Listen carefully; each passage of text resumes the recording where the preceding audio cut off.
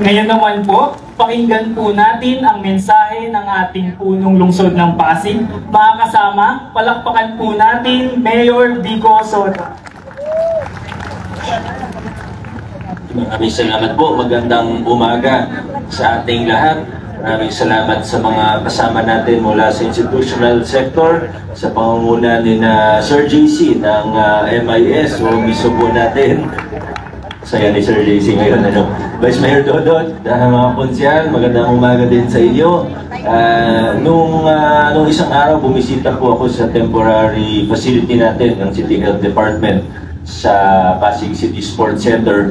At nais ko lang i-komenda ang lahat ng mga nagtulungan para maging posible yun, mula sa ating city administrator hanggang sa engineering department, sa MIS, at sa lahat, syempre sa CHD mismo, kinadupi, dahil ito po yung sa 5th floor dati, Old City Hall. Kita natin kung paano nagiging posible ang mga bagay na napakahirap o halos imposible pag nagtutulungan po tayo. At kahit temporary yung ating pasilidad na sports center, kita natin na maayos, kundi maganda pa nga ang pagkakalatag nito. Kaya congratulations sa lahat. Siguro may konti lang nung nandun ako, Sir JC, na wala yung internet nila. Parang ilang beses yata naputol. Pero pag online naman sila, maayos naman. Siguro kailangan lang i-check kung bakit kaya nagkagano. Parang mga 3 times yata na wala. Pero overall, maayos, maganda. Pati mga ibang temporary facilities natin, nagagawa natin ng paraan. Kahit na mahirap, transition, papunta dito, lahat. Pero nagagawa natin ng maayos. Kaya thank you. Alam ko, extra trabaho para sa lahat. Pero para naman po ito sa lahat ng Pasigueño, para sa atin dito, para sa susunod ng mga henerasyon natin. Kaya talagang sulit naman siguro yung mga ginagawa ng OGS na pag-iimbentaryo, katakot-takot ng pag-iimbentaryo, nagagawa po natin ng maayos. Kaya maraming salamat po. May gustong ipa-announce si Councilor Pao Santiago, may ordinansa nila ni Councilor Simon Tantoco. Initiative nilang dalawa. Chairman si Councilor Pao ng ating Committee on Senior Affairs sa ating sanggunian. Dalawa yata yung gusto niyang i-announce pero isa na lang muna. Yung sa ating octogenarian, may clamor ang ating mga nanay, tatay, lolo at lola sa Pasig ay yung centenarian benefit mula sa lokal na pamahalaan ay babaeng edad, noon ginawang 90, ngayon naman binaba hanggang 80 years old. Kasi pag 80 years old, hindi na centenarian yun, octogenarian na siya. So nagkaroon ng bagong ordinansa para sa 80 years old, 85, 90, 95, tapos 100 may makakuha ng konting incentive or benefit. Kaso nung unang implementasyon natin, nagkaroon ng konting hindi naman problema, pero nakita natin na pwede pa natin improve yung ordinansa. Bakit po? Kasi pagka 81, 82, 83, 84 years old, ganun din. Sa 91, 92, 93, 94, wala po sila. Aantayin nila hanggang mag-80, 85, 90, 95, 100 po sila. Hindi naman sa pero paano kung hindi nakaabot sa 85, 90, 95, 100, di ba? Sayang naman. Yung 80 may matatanggap pero 84 wala. So ang ginawa po natin, usap kami ni Councilor Simon, ni Councilor Pao, lahat ng mga konsehal natin, Vice Mayor, inamendahan po natin para kahit yung mga nasa gitna, 1, 2, 3, 4, ay makakuha na rin nila. Tapos nung nakaraang linggo, nakapag-meeting, antayin na lang yung announcements ng OSCA. Siguro through PIO, mag-a-announce po kung kailan po. Kasi kakapasa lang ng ordinansa. Siyempre, kailangan paayusin yan. Kailangan budgetan na maayos. Kailangan pitlaan natin sa tamang siguro po, Councilor Pao, siguraduhin na lang natin maayos yung implementation natin. Kasi baka mamaya, pumunta na kagad. Alam mo ng mga seniors, talagang maaga lagi ang senior. Pag sinabi mo sa senior natin na O 9 a.m. ang simula ng payout. 4 a.m. may nakapila na. Yan ang lagi natin pinapaalala din sa senior na huwag masyadong maaga. Kasi di naman kailangan pati sa mga payout po natin, pati noong December, pag sinabi, kasi may ilan pa tayong manual, diba? May naka-ATM na, pero may ilang libo pa rin na manual payout tayo. Alam yan ng mga pagador natin. Ang problema, hindi naman talaga sila marami.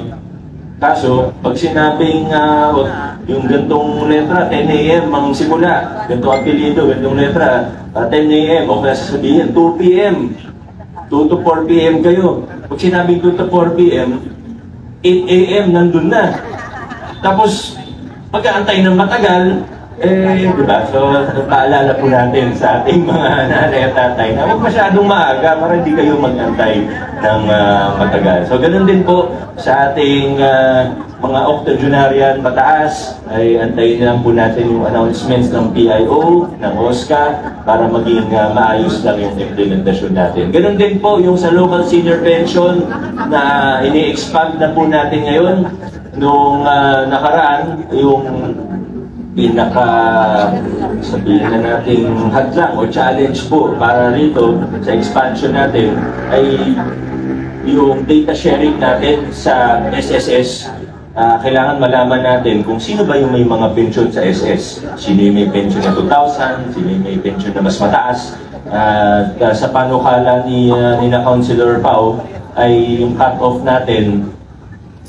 Nagsimula tayo, local senior pension, yung mga walang-wala po talaga, no? Wala ng trabaho, walang income, 65 pataas, at walang ibang pension. No? Bukod sa DSWD, kasi maliit lang naman yun. Pero ngayon po, ini-expand na natin para makasama yung mga may SSS pension na maliliit hanggang 4,000 pesos, kasama na po sa ating local senior pension.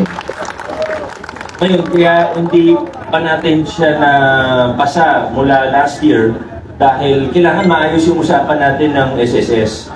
Sa pangunguna ni Councilor Pao last week, nagkaroon na po ng committee hearing at dumalo ang Vice President mismo ng SSS at in principle, nagkasundo na kailangan na lang siguro mag-memorandum of agreement or data sharing agreement, DSA, para dun sa data sharing nga po, para at least maayos po yung magiging implementasyon natin. At last week, sa committee hearing nila, sa ating Committee on Senior Citizen Affairs ay in principle nagkasundo na po ang LGU at ang SSS. Maraming salamat sa SSS, kaya mas mapapabilis na yung implementasyon natin. Muli po, abangan na lang natin yung announcements ni Ma'am Krishna ng PIO. Maraming salamat po sa ating lahat. God bless. At adjourn na po tayo. Ilagay natin ang ating kanang kamay sa kaliwang dibdib at tawitin natin ang lupang hinirang sa saliw ng musika ng Pasig City Band. Mga kababayan, ang pambansang awit ng Pilipinas.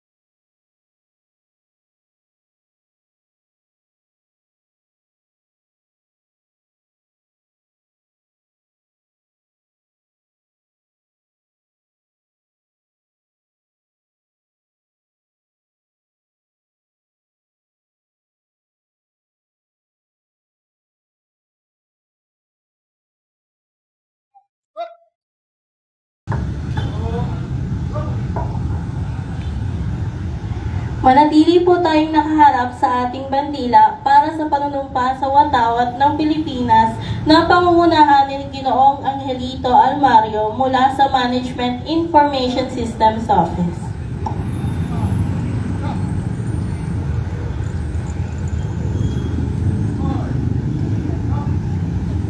Taas po natin ang ating kanang kamay at sabay-sabay po nating bigkasin ang panunumpa ng katapatan sa watawat ng Pilipinas. Ako ay Pilipino, buong katapatang nanunumpa sa watawat ng Pilipinas. at sa bansang kanyang sinasagisag, na may tangal, katarungan at kalayaan na pinakikilos ng sambayanang makadiyos, makatao, makakalikasan at makabansa.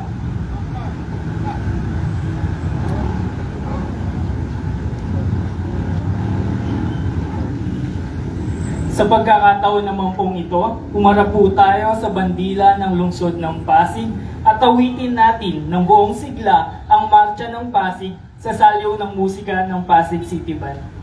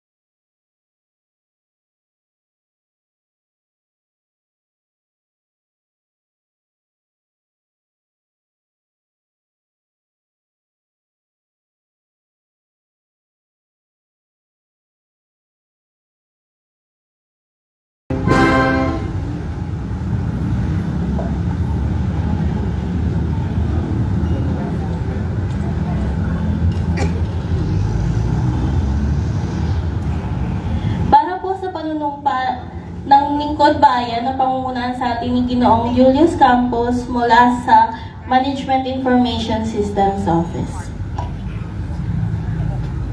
Taas po natin ang ating kanang kamay. Ako ay isang lingkod bayan. Pangangalagaan ko ang tiwalang pinagkaloob ng mamamayan. Maglilingkod ako ng may malasakit, katapatan, at kausayan ng walang kinikilingan. Magiging mabuting halimbawa ako at magbibigay ng pag-asa at inspirasyon sa aking kapwa lingkod bayan. Lilinangin ko ang aking sariling kakayahan upang sa lahat ng panahon ay mapaglingkuran ko ng buong kahusayan ang sambayanan. Hindi ako makikibahagi sa mga katiwalian sa pamahalaan. Pipigilan at isisiwalat ko ito sa pamamagitan ng tama at angkop na pamamaraan. Isasabuhay ko ang isang lingkod bayan makadiyos, makatao, makaalikasan, at makabansa. Tutugon ako sa mga hamon ng makabagong panahon tungo sa adhikain ng matatag, maginhawa, at panatag na buhay. Sa mga tungkulin at hangaring ito, basihan nawa ako ng may kapal.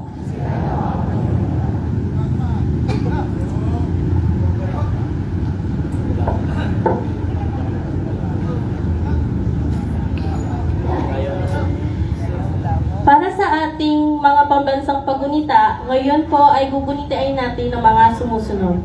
Sa ika-19 ng Pebrero, 80th Liberation Day Anniversary of Pasig City. Ika-20 ng Pebrero, National Leadership Day. Ika-22 hanggang 25, People Power EDSA Commemoration Week. Proclamation number 1224 Series of 2007. At ang ika-3 linggo ng Public Administration Week, Proclamation number 82 Series of 1963.